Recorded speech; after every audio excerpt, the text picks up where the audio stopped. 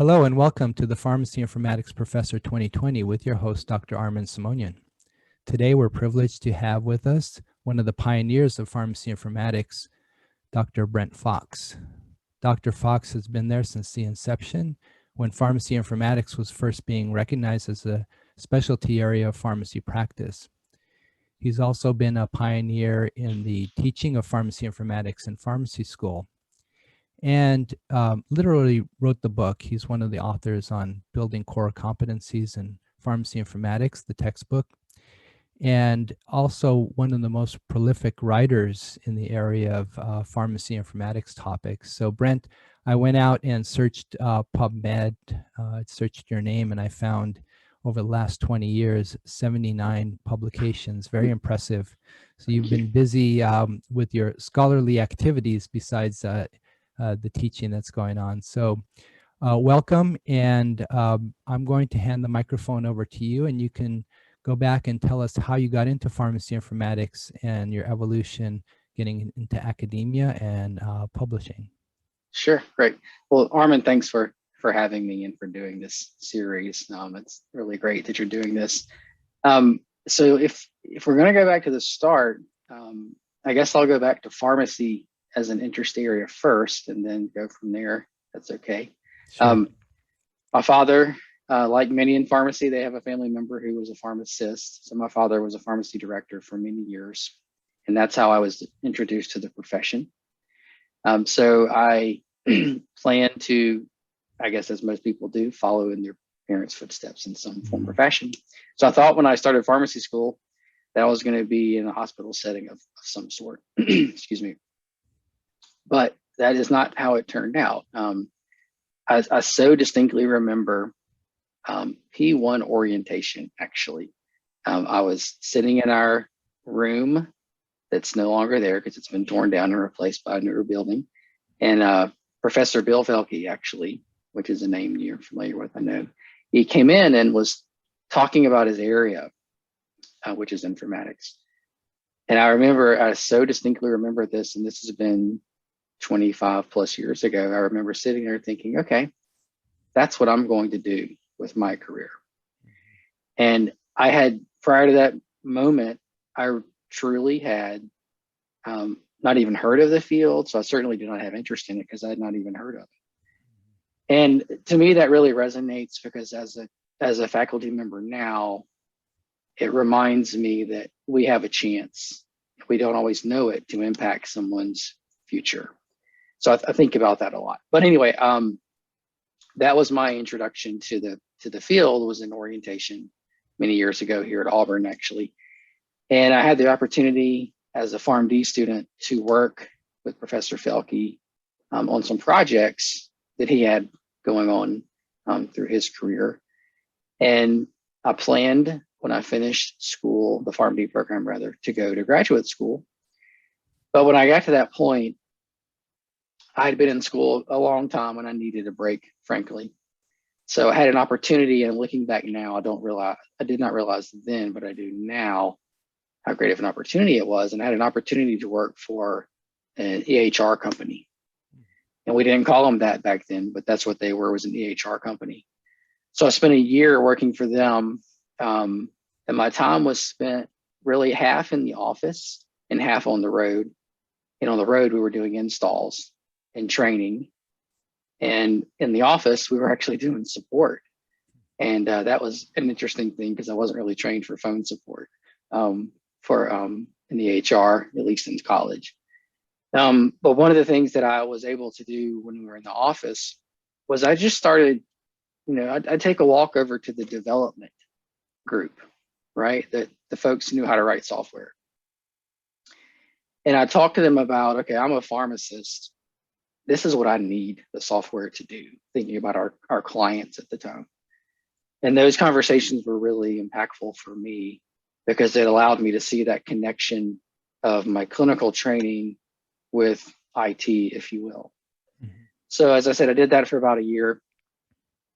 And then I went back to grad school because I'd had kind of the break from college. So then I went back to school.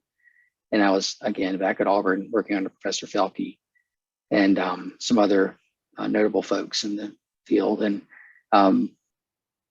that was the opportunity that was when I had my first opportunities to actually start teaching. So I was, as a graduate student, I was getting to teach our PharmD students, and I was teaching, of course, in this domain. So that was pretty neat. It was interesting because I wasn't that much older than the students at the time, of course. So that dynamic was kind of odd sometimes, but it was very rewarding because I could connect with them because I had the degree of PharmD, of course, and I felt like I could relate to them because of our similarity in ages. So we did that for my PhD program, and then graduated. I went to Shenandoah University, which is in Virginia, for a couple of years, and then was able to come back to Auburn. And I've been here. This year is my 15th year, I believe, at Auburn. Oh, yeah. Awesome. Excellent. Wow. Very colorful. It's interesting, the break where you went to work for an EHR company. Sometimes you have to take those chances, take a risk, kind of shift your direction, try something new.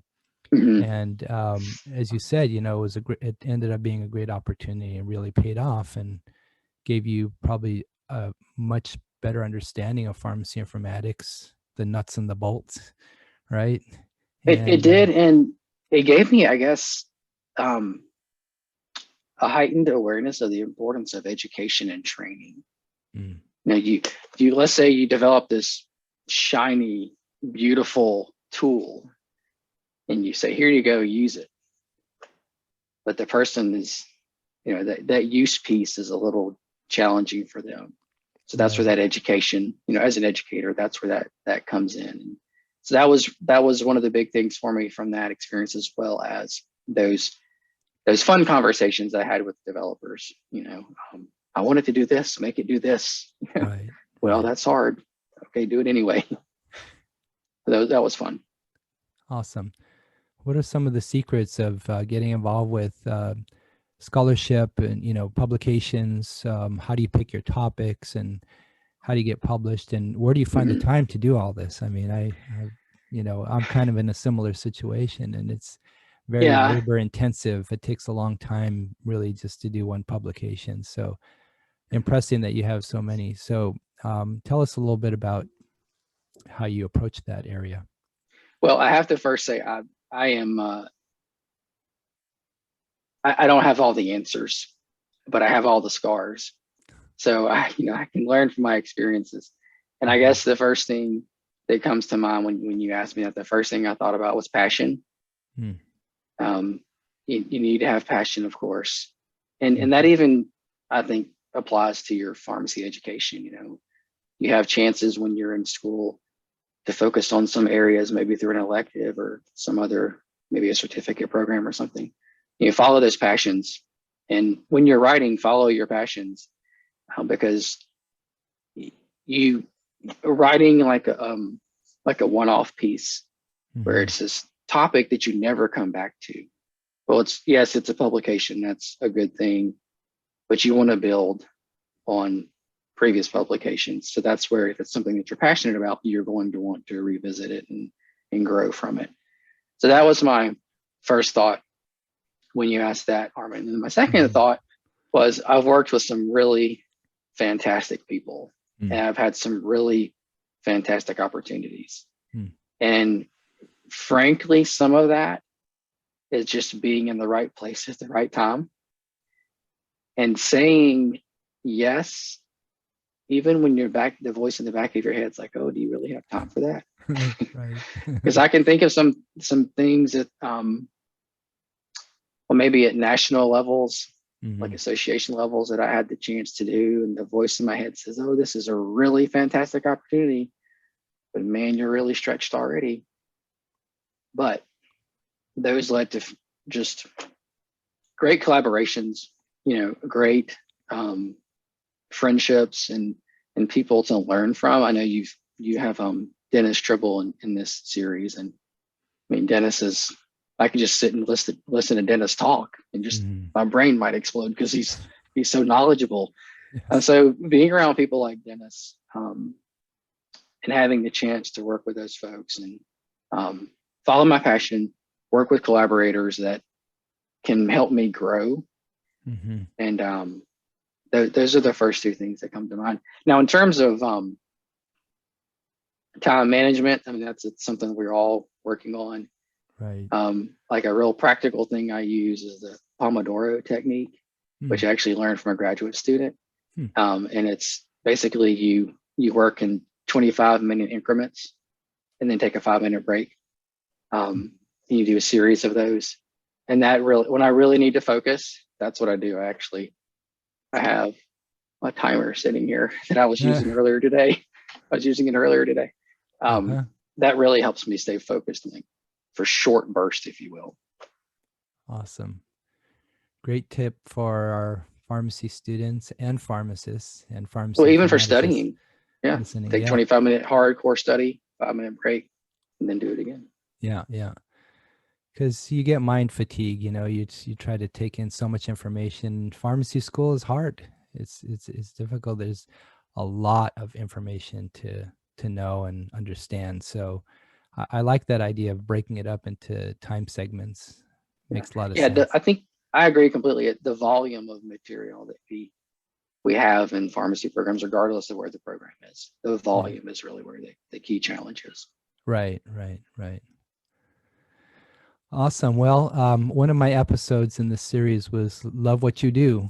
And I think it applies to you. You do love what you do. You've been a great advocate for the specialty practice of pharmacy informatics. And I just want to take a moment to appreciate all your contributions to the body of knowledge, the textbook that I use in my class. And, just being out there, organizing events for ASHP, for summer meetings and continuing education, all of that has been really a huge benefit to our practice and our profession. So, Brent, thank you so much for all that you do, and keep doing it. Yeah, I'm glad you said that. I appreciate that. I will say, getting involved with ASHP was a hugely important component of my professional growth. Those connections with people like Dennis that I mentioned earlier, that happened because of ASHP. Maybe a student has another organization that they're passionate about, but those organizations are really there. They're there really to advocate for pharmacy, but when you get in there and you get involved, really, you're the one who benefits from growth. So that's really been an important part for me. I really appreciate you having me on, Armin. Great point, and thanks so much for joining us. And this has been a great conversation. A lot of good information, good tips for our students and even our practicing pharmacists. So, again, thank you, Dr. Fox, for being here today. And to my listeners, I'll say, stay safe, stay healthy, look after the health of others. We'll work on some more episodes and hope to see you next time. Take care.